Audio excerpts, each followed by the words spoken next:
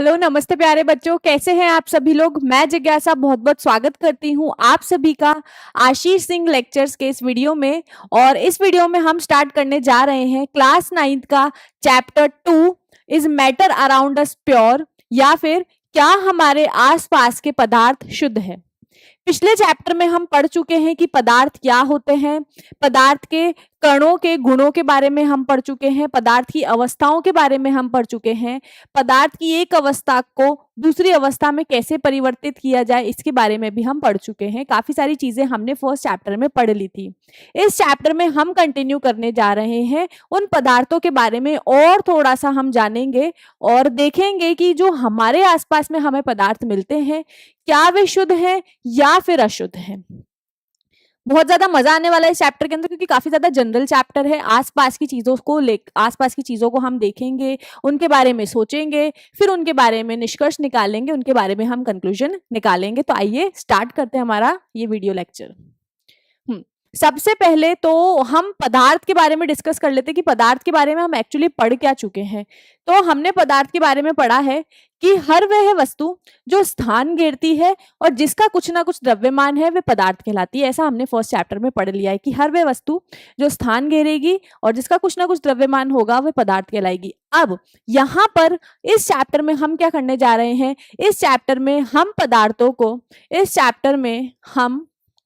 पदार्थों को डिवाइड करेंगे मेनली दो पार्ट में। सबसे पहले हम देखेंगे कि क्या पदार्थ शुद्ध है और उसके अलावा हम देखेंगे कि क्या पदार्थ अशुद्ध है। अगर शुद्ध है तो कौन कौन से पदार्थ है जिसको हम शुद्ध बोल सकते हैं और कौन से ऐसे पदार्थ है जिन्हें हम अशुद्ध बोल सकते हैं। तो स्टार्ट करते हैं हम। शुद्ध पदार्थ। अब देखो शुद्ध का क्या मतलब होता है, जिसमें कोई मिलावट ना हो। जैसे आप घी का डब्बा खरीदते हो तो क्या लिखा होता है, प्योर घी या फिर शुद्ध घी या फिर शुद्ध दूध। ऐसी चीज जिसमें कोई मिलावट ना हो वो चीज हमारे लिए शुद्ध हो जाती है। ऐसी कोई भी चीज जिसमें हमने मिलावट नहीं की है तो वह चीज हमारे लिए शुद्ध हो जाएगी। जैसे मान लो गाय का दूध है, अगर हमने उसमें पानी नहीं डाला है तो हम क्या बोल देंगे, एकदम शुद्ध दूध है, इसके अंदर मिलावट नहीं की गई है, तो वह दूध हमारे लिए शुद्ध हो जाएगा। लेकिन साइंस के नजरिए से जो दूध है वो शुद्ध पदार्थ नहीं होता है, या फिर जो घी है वो भी शुद्ध पदार्थ नहीं होता है एज पर साइंस। ऐसा क्यों होता है, हम उसे समझने से पहले देख लेते हैं कि क्या साइंस किन चीजों को शुद्ध बोलती है और किन चीजों को अशुद्ध बोलती है। उसके बाद में एग्जाम्पल लेकर के हम इन सारी चीजों को डिटेल में डिस्कस करेंगे। वह पदार्थ जिसमें मौजूद सभी कण समान रासायनिक प्रकृति के हो तो वह वैज्ञानिक दृष्टि से शुद्ध पदार्थ कहलाते हैं। अर्थात शुद्ध प्रकार एक ही प्रकार के कणों से मिलकर के बने होते हैं। अच्छा, ऐसा कोई भी पदार्थ जिसके अंदर के सारे जितने भी कण मौजूद हैं सब रासायनिक एक जैसे हो, या फिर आप बोल सकते हो कि सारे के सारे पदार्थ जो एक तरीके के कणों से मिलकर के बनेंगे वो हमारे शुद्ध पदार्थ कहलाएंगे। अब कैसे मैम, समझ में नहीं आया? तो देखो इसका एक एग्जांपल लेते हैं। मैं लोहे की बात करती हूँ। लोहे की बात हम कर रहे हैं। लोहे को इंग्लिश साइंस में हम बोलते हैं फेरस, या फिर इंग्लिश में हम उसे बोलते हैं आयरन। ठीक है, तो जब मैं एक लोहे की शीट लेती हूं तो मैं क्या देखूंगी कि लोहे की जो शीट है ये किससे मिलकर के बनी होगी, कणों से मिलकर के बनी होगी। ठीक है, ये जो लोहे की शीट है ये अंदर कणों से मिलकर के बनी होगी, कोई ना कोई कणों से मिलकर के बनी होगी। अब जब मैं इस लोहे की शीट को देखती हूँ तो मैं मान रही हूँ कि सिर्फ लोहे की शीट है, इसके अंदर और कुछ नहीं है, एलॉय नहीं है ये ना, मिक्स वाली धातु नहीं है, ये सिर्फ लोहे की शीट है। तो जब मैं देख रही हूँ, जब मैंने इस लोहे की शीट को देखा तो मैंने देखा इसके अंदर जितने भी कण है ना, सारे के सारे कण ही किसके हैं, सारे के सारे कण ही लोहे के हैं। अब आप लोगों में मैम ऑब्वियस सी बात है ना कि लोहे की शीट है तो लोहे के कण होंगे, लेकिन ये जो सारे लोहे के कण हैं आपस में कैसे हैं, एक जैसे कण हैं। जितने भी कण हैं सारे के सारे कैसे हैं, एक जैसे हैं। तो हम क्या बोल सकते हैं कि ये जो लोहा है ये शुद्ध पदार्थ हो गया है हमारे लिए। यहाँ पर मैंने जंग लगे हुए लोहे की बात नहीं की है, नॉर्मल लोहे की बात की है मैंने, प्योर आयरन की यहाँ पर बात की है। तो जब मैंने लोहे की शीट को जूम करके देखा, इसको और ज्यादा बारीकी से देखा, तो मैंने देखा लोहे के अंदर जो कण है सारे के सारे कण एक ही तरीके के पदार्थ से बने हुए, एक ही तरीके के कणों से मिलकर के बने हुए हैं, या फिर हम बोल सकते हैं कि अणुओं से मिलकर के बने हुए हैं ना। तो ऐसे पदार्थ जो एक ही तरीके के कणों से मिलकर के बने हुए हैं हम उसे क्या बोल देंगे कि वो पदार्थ शुद्ध है। एक इसका एक और एग्जांपल ले लेते हैं, जैसे H2O। क्या होता है बच्चों H2O? वाटर, पानी होता है ना H2O। तो हम ले लेते हैं पानी का एग्जाम्पल। अब बोलोगे कि मैम ये कैसे शुद्ध हुआ? इसमें तो एक है हाइड्रोजन और दूसरा है इसमें ऑक्सीजन, तो ये कैसे शुद्ध हुआ? ये कैसे शुद्ध हुआ, है ना? इसमें तो दो चीजें, ये कैसे शुद्ध हुई? लेकिन जब मैं पानी को देखती हूं तो पानी को अगर आप देख रहे हो तो पानी के अंदर कण होंगे, इस तरीके से थोड़े दूर दूर होते हैं ना। तो पानी के सभी कण क्या है? H2O। ये भी H2O, ये भी H2O। इनको आप सामान्य फिजिकल प्रोसेस से किसी भी तरह भौतिक फोर्स को, किसी भी तरह प्रकार के भौतिक बल को लगा करके आप यहाँ पर हाइड्रोजन और ऑक्सीजन अलग नहीं कर सकते हो। बहुत ज्यादा आसानी से आप हाइड्रोजन और ऑक्सीजन अलग नहीं कर सकते हो। ये आपको कहीं पर भी आप दुनिया का कोई सा भी पानी लेकर के आ जाओ, आपको उनके जो कण हैं वो कैसे मिलेंगे? H2O के फॉर्म में ही मिलेंगे। मतलब पानी के हर बूंद के अंदर आपको क्या मिलेगा? H2O का यौगिक मिलेगा। यौगिक बोल सकते हैं हम की, यौगिक मतलब दो चीजों को जोड़ करके। जैसे यहाँ पर जो हमारा ये Fe है ना, ये क्या है? तत्व, ये तत्व है। हम इसके बारे में और डिटेल में 3rd और 4th चैप्टर में पढ़ेंगे। तो यहाँ पर जो ये आयरन के या फिर जो लोहे के कण है ना, तो ये इन कण को क्या बोल सकते हैं कि ये कण किसके हैं? ये कण जो है लोहे के हैं, लोहे का तत्व है। लेकिन यहाँ पर जब हम हाइड्रोजन को पानी को देखते हैं तो पानी का हम क्या देख रहे हैं कि पानी की हर बूंद किसकी मिलकर के बनी हुई है? H2O की मिलकर के बनी हुई। मतलब हर बूंद में आपको H2O, दूसरी बूंद उठा करके देखो तो उसमें भी H2O। लेकिन ये जो H2O है इसके अंदर दो कण है, एक कण है हाइड्रोजन तत्व के और दूसरा कण है ऑक्सीजन तत्व के। लेकिन बच्चों आपको यहाँ पर यह बात ध्यान रखनी है कि जो हाइड्रोजन है या फिर और जो ऑक्सीजन है, ये दोनों एक दूसरे से बहुत ज्यादा स्ट्रांगली जुड़े हुए हैं। आप कोई भी भौतिक बल लगा करके इनको अलग नहीं कर सकते हो। तो यहाँ पर जो ये आपको H2O दिखता है ना, ये एक यौगिक मिलता है। इसको क्या बोलेंगे हम कि ये हमारा एक यौगिक है, या फिर आप क्या बोल सकते हो कि ये हमारा एक कंपाउंड है जिसको आप किसी भी फिजिकल प्रोसेस से अलग नहीं कर सकते हो। बहुत ज्यादा मुश्किल होता है फिजिकल प्रोसेस लगा करके इन सारे दोनों हाइड्रोजन और ऑक्सीजन को तोड़ देना। तो ये हमेशा साथ में ही रहते हैं। तो पानी क्या हो जाएगा हमारे लिए? पानी हमारे लिए एक शुद्ध पदार्थ हो जाएगा। एक और एग्जाम्पल हम देखते हैं। अगर मैं बोल दूं कि मेरे पास में सल्फर पड़ा है, सल्फर पाउडर है मेरे पास में, क्या है? सल्फर का पाउडर है। तो ये जो सल्फर पाउडर है, इस सल्फर पाउडर को मान लो ये सल्फर पाउडर पड़ा हुआ है, ठीक है, बहुत सारा सल्फर पाउडर है। तो ये सल्फर पाउडर के हर कण को अगर मैं देखती हूं तो सल्फर पाउडर का हर कण जो है सल्फर तत्व का बना हुआ है और कोई भी चीज इसमें नहीं है। पूरा का पूरा सल्फर पाउडर को मैंने देखा, सल्फर पाउडर का हर तत्व जो है वो सल्फर पाउडर का हर कण जो है वो सल्फर तत्व का बना हुआ है। तो मेरे लिए क्या हो जाएगा? ये मेरे लिए एक शुद्ध पदार्थ हो जाएगा। उसी प्रकार से अगर हम कोई दूसरा एग्जाम्पल कंसिडर करना चाहे, जैसे मान लो कि ऑक्सीजन गैस, तो हम क्या बोल सकते हैं कि ये दो ऑक्सीजन को जोड़ने पर मिली है। तो जब मैं ऑक्सीजन गैस के कणों को बारीकी से देखती हूं तो के सारे के जो ऑक्सीजन गैस के जो कण हैं सभी जो है ऑक्सीजन तत्व से मिलकर के बने हुए हैं। तो ये हमारे लिए क्या हो जाएगा? ये भी हमारे लिए एक शुद्ध पदार्थ हो जाएगा। और शुद्ध पदार्थ के आप कौन से एग्जाम्पल ले सकते हैं? और शुद्ध पदार्थ के अगर आप कोई एग्जाम्पल लेना चाहते हैं तो वो आपका हो जाएगा NaCl, नमक। घर में हम खाने वाला नमक इस्तेमाल करते हैं ना, वो NaCl। तो ये जो नमक है ये भी हमारे लिए शुद्ध पदार्थ है। बोलोगे क्यों मैम, इसके अंदर तो क्या है? Na मतलब क्या होता है? Na मतलब होता है sodium. Sodium chloride common salt होता है, 8th क्लास में पढ़ा है हमने, इतना तो हमें पता है कि जो घर में खाने वाला नमक इस्तेमाल होता है वो क्या होता है? Sodium chloride. तो सोडियम क्लोराइड अगेन क्या है? एक तो सोडियम के तत्व से बना हुआ है और क्लोराइड के तत्व को जो हमने जोड़ दिया तो हमारा नमक बन गया। तो यहाँ पर देखो, यहाँ पर जो सोडियम और क्लोराइड आपका बना है, सोडियम क्लोराइड जो कॉमन सॉल्ट आपका है, इसको आप आसानी से किसी भी भौतिक बल की मदद से सोडियम क्लोराइड का सोडियम और क्लोराइड दोनों अलग अलग नहीं कर सकते हो। बहुत मुश्किल है इनको अलग करना, बहुत ज्यादा स्ट्रांगली एक दूसरे से जुड़े हुए होते हैं।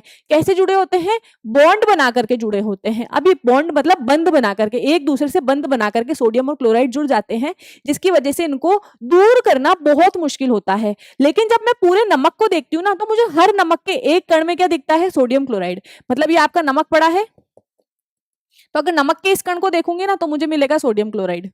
सोडियम और क्लोराइड दोनों साथ में जुड़े हुए। इस वाले कण को देखूंगी तो इसमें भी मिलेगा सोडियम क्लोराइड, सोडियम और क्लोराइड साथ में जुड़े हुए। तो सोडियम क्लोराइड क्या है? सोडियम क्लोराइड नमक है। और नमक जो है, इस नमक के पाउडर के अंदर, या फिर नमक जो हमें एक पाउडर के फॉर्म में रहता है, मतलब थोड़ा क्रिस्टलाइन रहता है, थोड़ा पथरीला टाइप का ये होता है।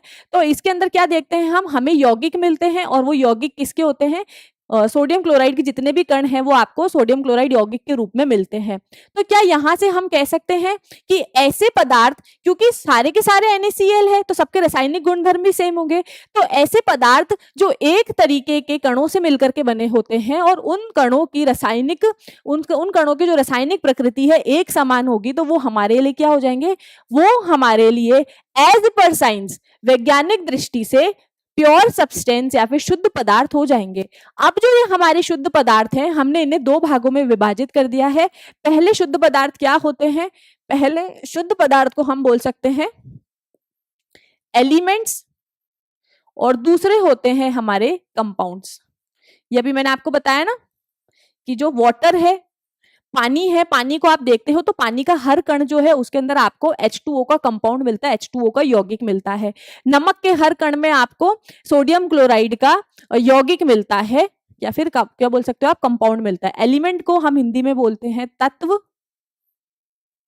और कंपाउंड को हम हिंदी में बोलते हैं यौगिक।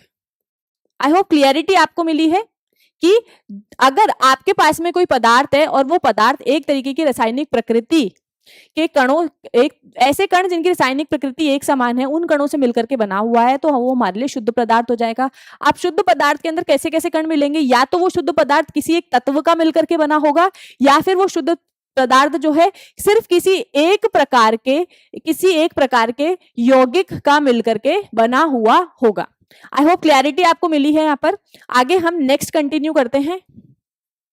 तत्व क्या होते हैं, तत्व पदार्थ का वह मूल विशुद्ध रूप होते हैं। मतलब ऐसा पदार्थ का या फिर अब इसको तो कैसे समझोगे कि जब आप सोडियम आयन को लोहे की जो शीट हमने देखी थी उसमें जो लोहा था, लोहे का जो सबसे एक सिंगल लोहा था ना, यहाँ पर अगर मैं इस वाली चीज को देखूं तो यहाँ पर पहले आपने लोहे को डिवाइड करा, जब आपने लोहे की शीट को डिवाइड करा तो उसके अंदर आपको बहुत सारे लोहे के कण मिले हैं। अब ये जो आपके लोहे के कण है ना, अब इस एक कण को मैं उठा लूं ना तो इस एक कण को आप और विभाजित नहीं कर सकते हो। ये एक लोहे का कण है तो ये एक लोहे का कण ही रहेगा, आप इसको और ज्यादा विभाजित नहीं कर सकते हो। तो ऐसा तत्व किसी भी पदार्थ का मूल रूप है जिसे रासायनिक प्रक्रिया द्वारा सरल पदार्थों में विभाजित नहीं किया जा सकता। अब उस लोहे के कण पर आप कोई सी भी रासायनिक प्रक्रिया लगा लो, आप उसको और ज्यादा विभाजित नहीं कर सकते हो। वो एक लोहे का कण है और एक लोहे का कण ही रहेगा। कितनी भी शक्ति आप उस पर आजमा लो, रासायनिक बल आप उसके ऊपर कर लो, कितनी भी रासायनिक प्रक्रियाएं कर लो, उस लोहे के कण को और विभाजित नहीं किया जा सकता है।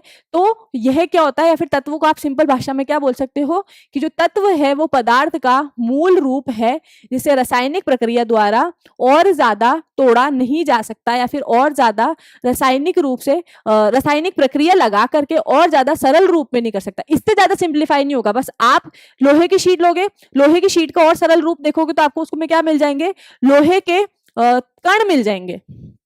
ठीक है, अब वो जो लोहे का कण है वो आपका क्या हो जाएगा, तत्व हो जाएगा। क्यों उसको तत्व बोल रहे हैं, क्योंकि आप उसको और ज्यादा किसी भी रासायनिक प्रक्रिया की मदद से और ज्यादा सरल रूप में विभाजित नहीं कर सकते हो। जैसे लोहा, सोना, चांदी, कार्बन, ऑक्सीजन, ये सब आपके तत्व होते हैं। लोहा, सोना, चांदी, ये इनके केमिकल सिंबल्स है। आप हो सके तो आप इन्हें अभी से याद करना शुरू कर दो।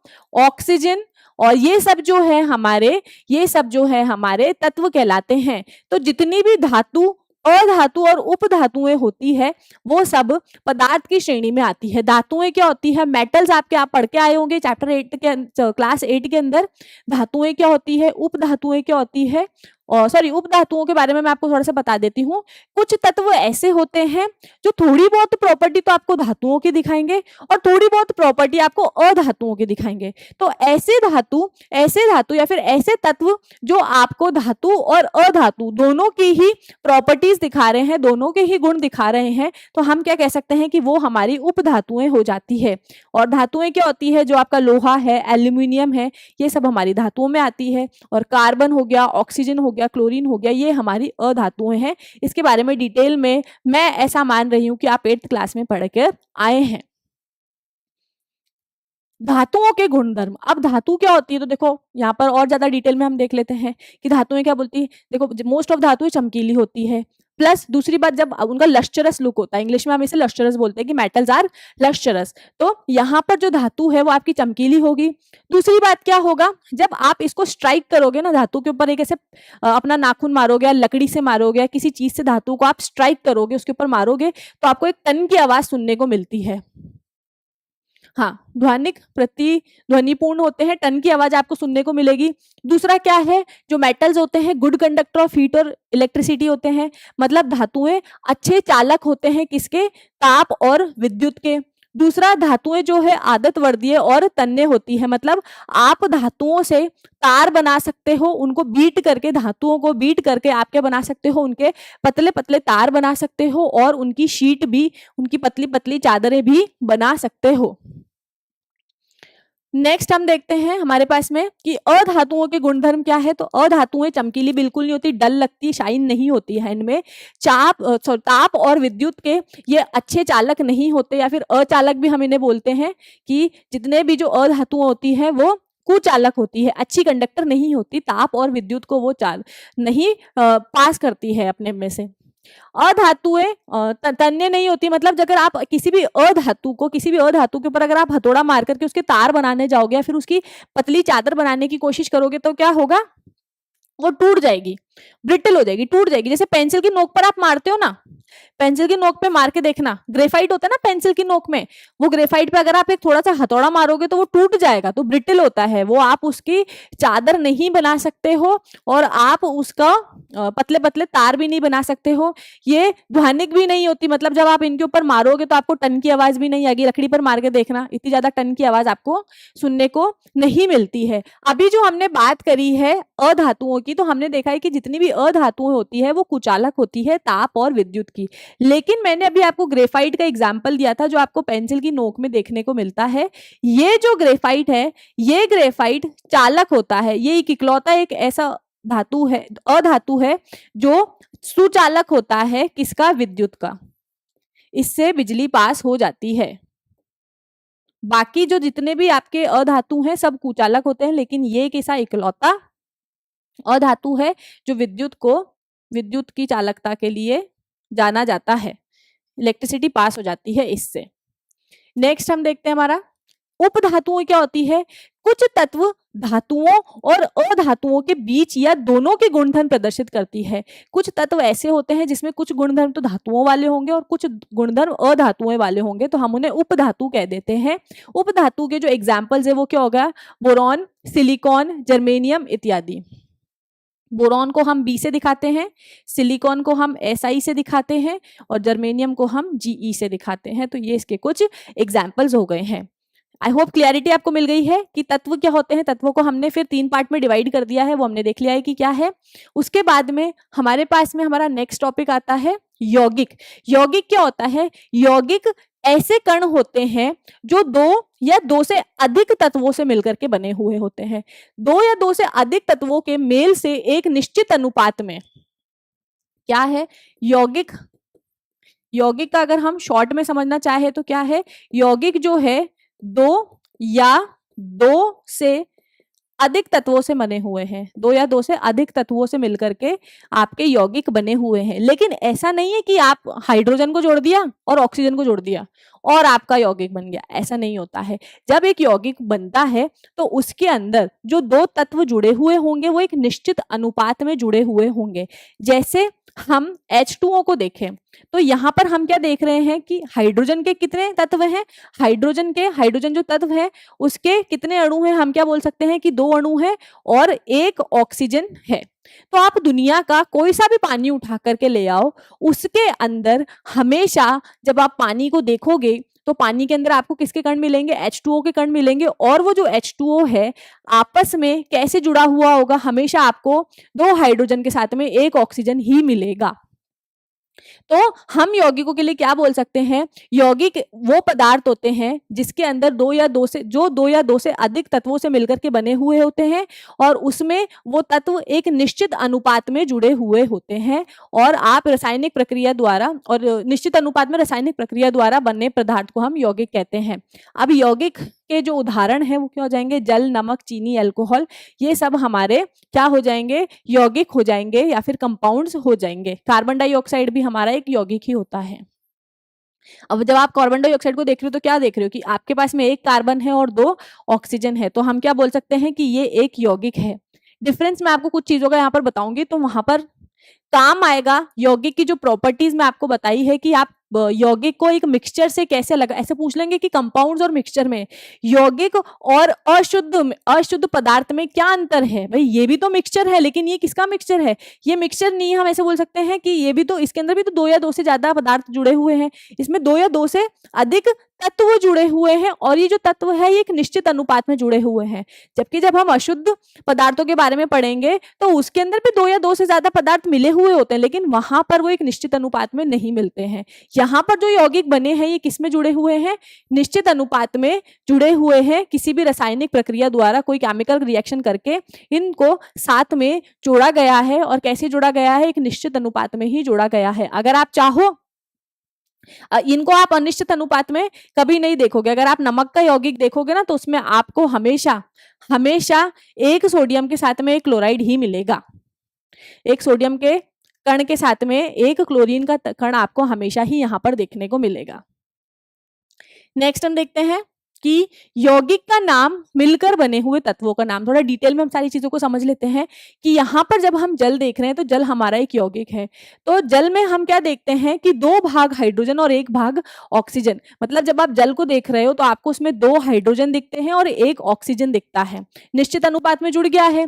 नमक को हम देखते हैं तो नमक के अंदर 1 भाग सोडियम का होता है और 1 भाग जो है क्लोरीन का होता है। एक सोडियम के साथ में हमेशा आपको एक क्लोरीन देखने को मिलेगा।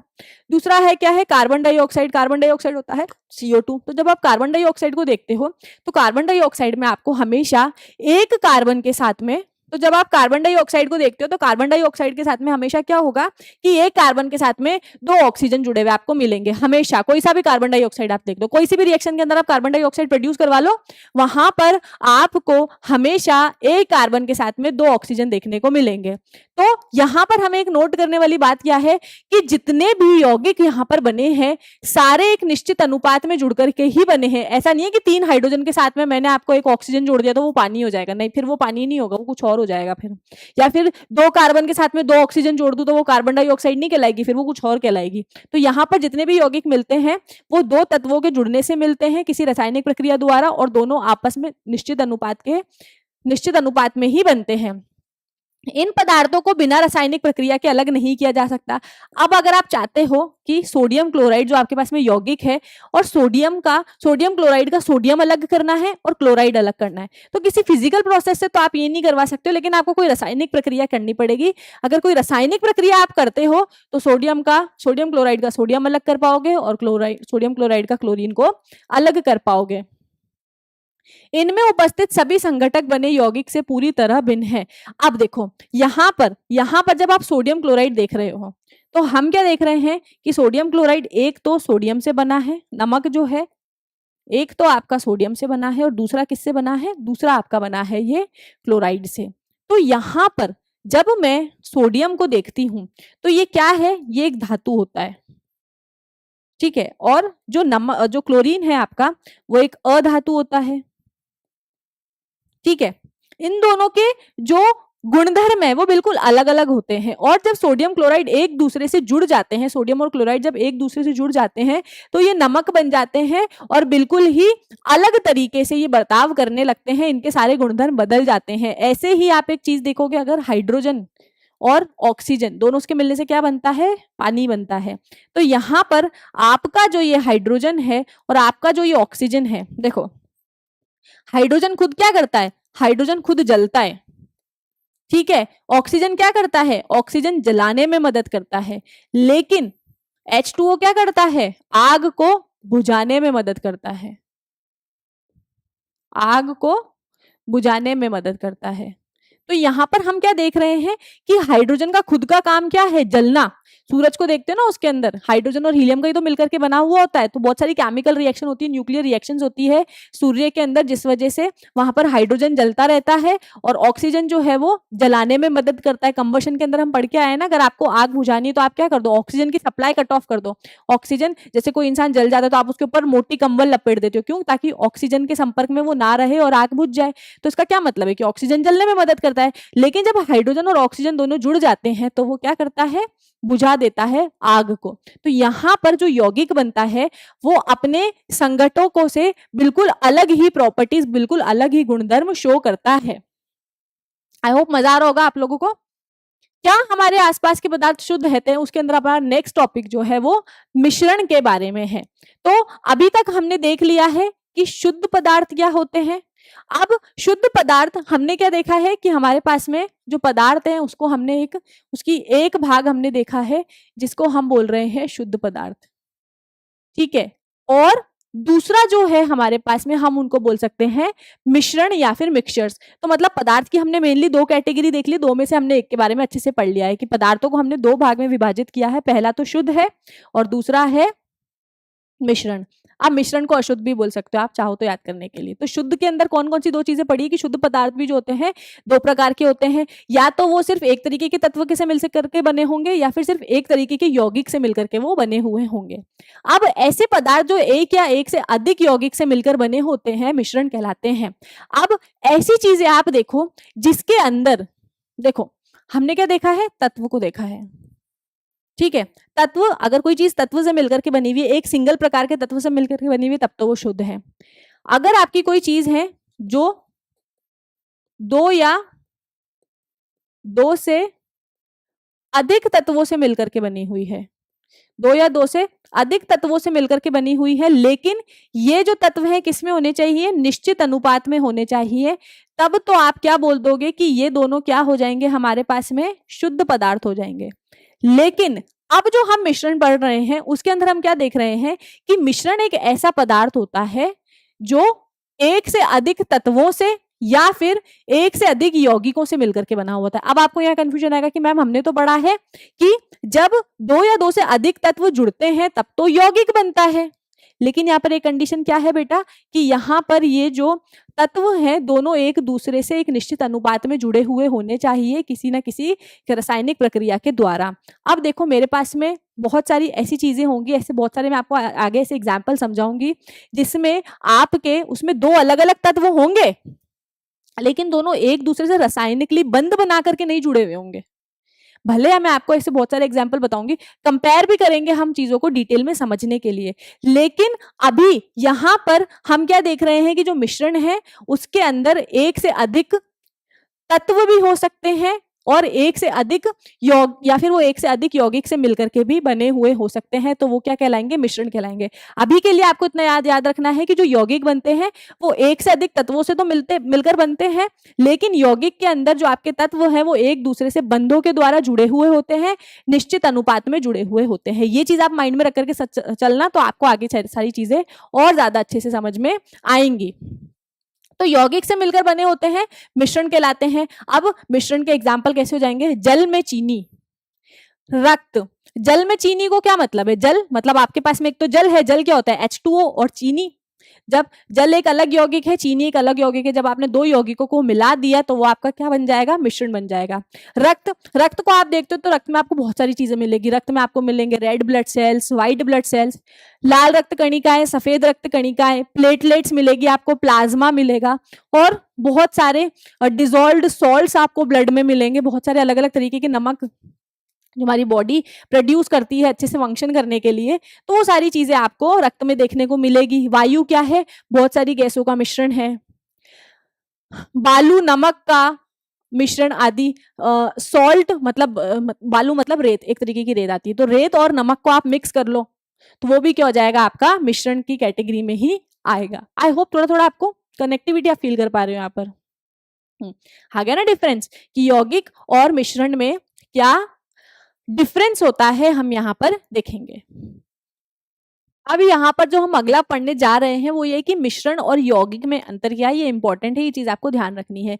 तो अब मिश्रण और यौगिकों के बीच में अंतर समझने के लिए सबसे पहले हम एक एग्जाम्पल कंसिडर करेंगे।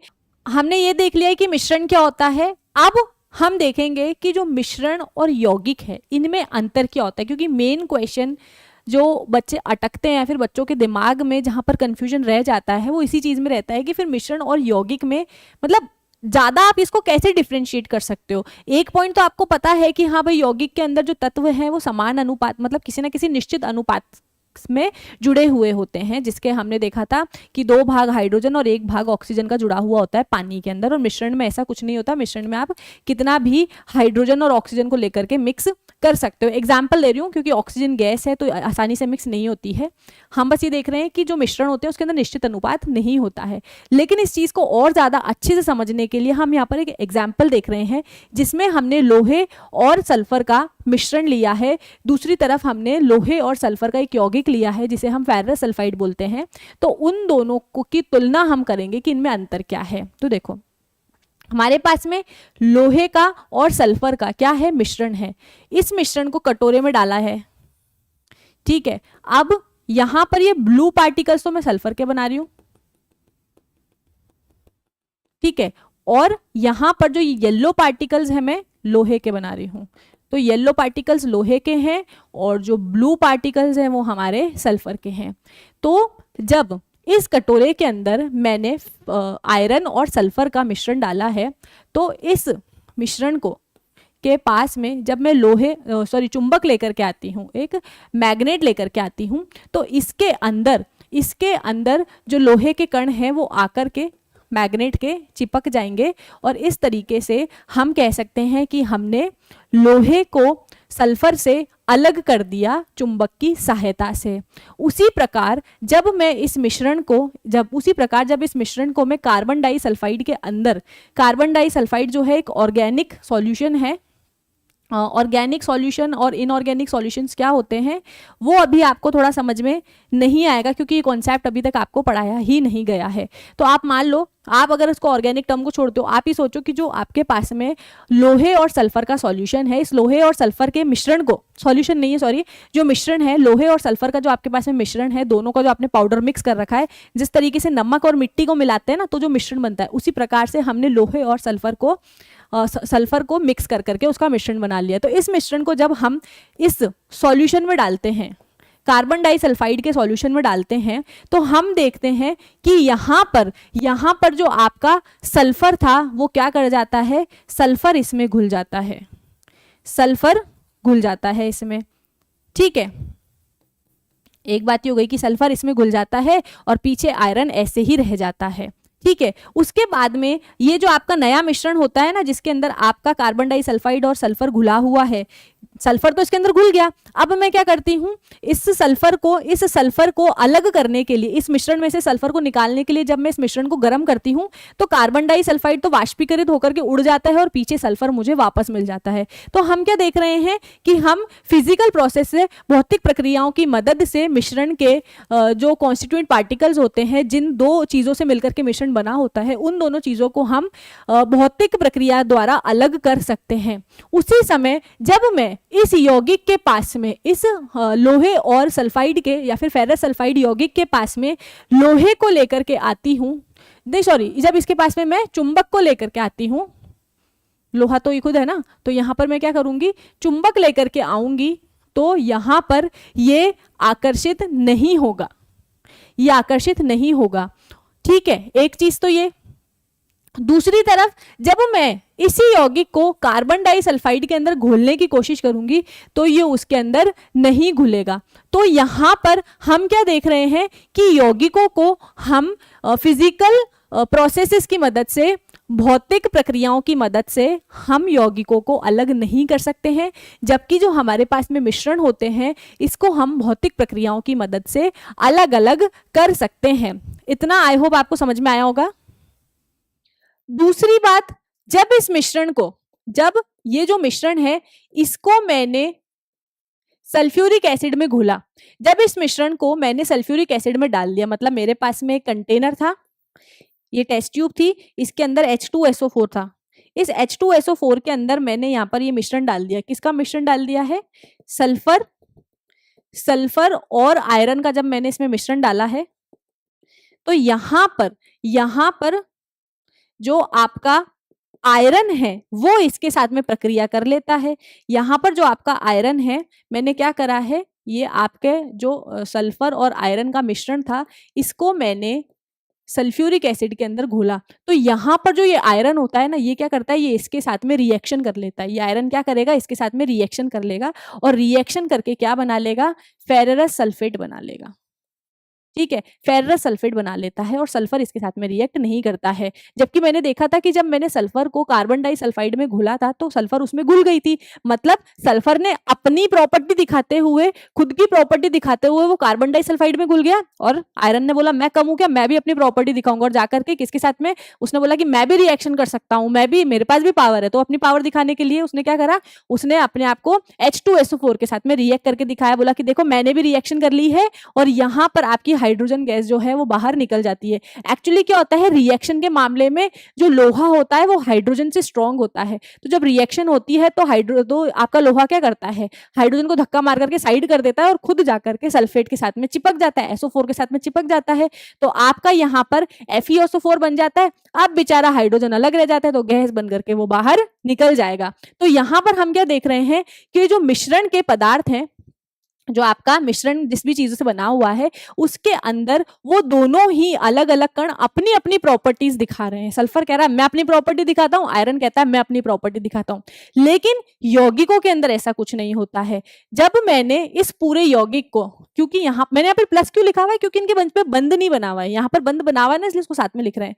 तो जब मैंने इसको H2SO4 के साथ में रिएक्ट करवाया तो यहाँ पर एक सल्फाइड गैस बन गई, यहां पर एक सल्फाइड गैस बन गई और यहां पर कोई हाइड्रोजन निकला नहीं। यहां पर सल्फाइड गैस क्यों बनी, आप बोलोगे मैम रिएक्ट तो ये भी कर गया, लेकिन यहां पर ये पूरी चीज रिएक्ट करी है, यहां पर ये पूरी चीज रिएक्ट करी है। और यहां पर ये जो आयरन है ना, सिर्फ ये रिएक्ट किया था और सल्फर को अपनी प्रॉपर्टी दिखाने के लिए दूसरे कंपाउंड को कार्बन डाइसल्फाइड के साथ में अपनी रिएक्शन दिखानी पड़ी है। तो यहाँ पर ये दोनों अपनी अलग अलग प्रॉपर्टी दिखा रहे हैं, आयरन अपनी अलग प्रॉपर्टी दिखा रहा है और सल्फर अपनी अलग प्रॉपर्टी दिखा रहा है। लेकिन यहाँ पर ये दोनों बंध द्वारा जुड़ गए हैं। तो जो नया बंध बना है इनकी अलग ही नई प्रॉपर्टी है। अब तो ये क्या करेंगे, ये जो है जब आप फेररस इसको डालते हो ना कार्बन डाइसल्फाइड के अंदर, फेररस सल्फाइड को, तो ये घुलता ही नहीं है। तो क्या कह रहा है कि यहाँ पर ये जो सल्फर है अपनी इंडिविजुअल प्रॉपर्टी नहीं दिखाएगा, एकम एक ही नहीं करेगा कि नहीं मैं सल्फर हूं, मैं आयरन से अलग हूं, क्योंकि यौगिक बन गया तो ये अपनी अलग इंडिविजुअल प्रॉपर्टी नहीं दिखाएगा, बल्कि अपनी कंबाइंड प्रॉपर्टी दिखाएंगे। मिलकर के जो नया यौगिक बना है ना, वो यौगिक अपनी अलग प्रॉपर्टी दिखाएगा। तो यहाँ पर हम क्या देखते हैं कि जब फेरस सल्फाइड को हम सल्फ्यूरिक एसिड के साथ में रिएक्ट करवाते हैं तो यहाँ पर हाइड्रोजन सल्फाइड बन जाती है, जिसकी बहुत ही गंदी सड़े हुए अंडे जैसी बदबू होती है। दूसरी बात, यहां पर कोई भी हाइड्रोजन गैस प्रोड्यूस नहीं होती है। एक ही हो गया है कि क्या देखा है हमने, यहाँ पर निश्चित अनुपात में होते हैं, यहाँ पर निश्चित अनुपात में जुड़े हुए नहीं होते, लेकिन यौगिकों में जो भी आपके पदार्थ, जो भी आपके तत्व है निश्चित अनुपात में जुड़े हुए होते हैं। दूसरी चीज हमने क्या देखी है कि यहाँ पर जो आपके पदार्थ के कॉन्स्टिट्यूएंट्स पार्टिकल्स होते हैं, जिस भी चीज से मिलकर के आपका मिश्रण बना है, वो अपनी अलग अलग इंडिविजुअल प्रॉपर्टी दिखाते हैं। एक अपनी अलग प्रॉपर्टी दिखाएगा, दूसरा जो संयुक्त है वो अपना अलग प्रॉपर्टी दिखाएगा। लेकिन यहाँ पर जो यौगिक होता है वो अपनी एकम एक वाली चीज नहीं करता, वो कंबाइंड प्रॉपर्टी दिखाते हैं। दोनों के मिलने से जब उनके पास में नए गुण आए हैं वो गुण दिखाते हैं, पुराने वाले अपने अलग अलग गुणों को भूल जाते हैं। निश्चित अनुपात में नहीं होता है, निश्चित अनुपात में है। और क्या हमने देखा है कि यहाँ पर भौतिक प्रक्रियाओं द्वारा इनको अलग अलग किया जा सकता है, इनको भौतिक प्रक्रियाओं द्वारा अलग अलग नहीं किया जा सकता। इनके अंदर आपको रासायनिक प्रक्रियाएं अप्लाई करनी पड़ेगी, तभी जाकर के ये अलग अलग होंगे। दूसरी चीज क्या है, जब भी आप मिश्रण बनाते हो तो इसमें कोई भी एनर्जी ना तो निकलती है ना ही कोई एनर्जी खर्च होती है। अगर मुझे हाइड्रोजन और सल्फर का मिश्रण बनाना है तो क्या करूं, सॉरी लोहे और सल्फर का मिश्रण बनाना है तो मैं क्या करूंगी, लोहे के पाउडर में, लोहे की फिलिंग्स के अंदर, लोहे का जो चूरा होता है पतला पतला बारीक बारीक सा, उसके अंदर सल्फर को डाल दूंगी, बस बन गया मेरा मिश्रण। लेकिन यहाँ पर अगर आपको यौगिक बनाना है तो यहाँ पर आपको बहुत सारी हीट देनी पड़ती है या फिर बहुत सारी हीट निकलती है। यौगिक कैसे बना है, मैंने लोहे और सल्फर को मिलकर के साथ में गर्म किया और दोनों को जब साथ में गर्म किया तो बहुत सारी हीट रिलीज हुई और आयरन और सल्फर का यौगिक जो है बन चुका था। दूसरी बात, एक और लास्ट चीज क्या रह गई है कि जब इसके मिश्रण को मैं मैग्नीफाइंग ग्लास लेकर के देखती हूं तो क्या होता है, मुझे इस कटोरे में कहीं पर तो सल्फर ज्यादा दिख रहा है और कहीं पर आयरन के कण ज्यादा दिख रहे हैं। लेकिन जब मैं यौगिक को देखती हूं तो यौगिक के अंदर हर जगह सल्फर और लोहे के कण बराबर मिलेंगे। मतलब जब आप यौगिक को देख रहे हो ना, तो यहां पर अगर एक कण आपको, मतलब ये तो पूरा जुड़ जाता है, एक कंपाउंड बन जाता है, तो उस कंपाउंड को जब आप और जूम करके देखते हो तो आपको हर जगह एक कण लोहे का मिलेगा, एक कण सल्फर का मिलेगा, एक कण लोहे का मिलेगा, एक कण सल्फर का मिलेगा। लेकिन इसमें क्या होता है, इसमें कहीं पर सल्फर ज्यादा है, इसमें कहीं पर लोहा ज्यादा है। तो ये कुछ मेन डिफरेंसेस थे मिश्रण और यौगिक के बीच में, जिसको हमने एक एग्जाम्पल की मदद से समझने की कोशिश की है। आई होप आपको क्लैरिटी मिली है कि कैसे हम इसे डिफरेंशिएट कर सकते हैं। अब यहाँ पर इसे लिखना कैसे, हम वो भी देख लेते हैं कि तत्व या यौगिक मिलकर के मिश्रण का निर्माण करते हैं, तत्व क्रिया करके नए यौगिकों का निर्माण बनता है। यहाँ पर आपने सिर्फ उनको मिला दिया ना तो वो आपका मिश्रण बन गया, लेकिन यहाँ पर मिलाने से यौगिक नहीं मिलेगा। मिलाने के बाद में आपको कुछ ना कुछ प्रक्रिया करानी पड़ेगी जिसकी वजह से वो एक दूसरे से बंध बना पाए, तभी तो आप उसको यौगिक बोलोगे। इसमें नया पदार्थ नहीं होता, मिश्रण है वो अपनी अलग प्रॉपर्टी दिखाएगा, एक पदार्थ जो है अपनी अलग प्रॉपर्टी दिखाएगा, दूसरा पदार्थ अपनी अलग प्रॉपर्टी दिखाएगा। यौगिक जो होता है बिल्कुल नया पदार्थ होता है, इसके अंदर वो अपने पुरानी सारे भौतिक गुणों भूल जाते हैं और जो जुड़ करके नया बनता है अपने नए गुणों को वो दिखाते हैं। फिर यहाँ पर भौतिक विधियों से अलग किया जा सकता है, इसको सिर्फ रासायनिक विधि से ही अलग कर सकते हो, भौतिक विधि से अलग नहीं कर सकते हो। इसमें अपने अपने संगठक अपने अपने गुणधर्म दिखाते हैं, अपनी अपनी लगाते हैं। इसमें उपस्थित संगठन पूरी तरह से भिन्न होते हैं और वो अपनी कंबाइंड प्रॉपर्टी दिखाते हैं। संगठों का नियत अनुपात नहीं होता, इसमें संगठों का नियत अनुपात होता है। तो ये कुछ मेन डिफरेंस था आपके मिश्रण और यौगिक के बीच में। होप मैं आपका ये कंफ्यूजन क्लियर कर पाई हूँ, आपको समझा पाई हूँ कि इनके अंदर क्या डिफरेंस है। और हमारा जो अब आने वाला अगला लेक्चर है उसके अंदर हम मिश्रणों के बारे में और ज्यादा डिटेल में पढ़ेंगे कि जो मिश्रण होते हैं आप उनको कैसे, मिश्रण को और कैसे विभाजित किया गया है, कितने प्रकार के मिश्रण होते हैं। तब तक के लिए बच्चों ये जो पढ़ाया गया है इसे रिवाइज करो। मिलते हैं अगले लेक्चर में। Till then bye bye.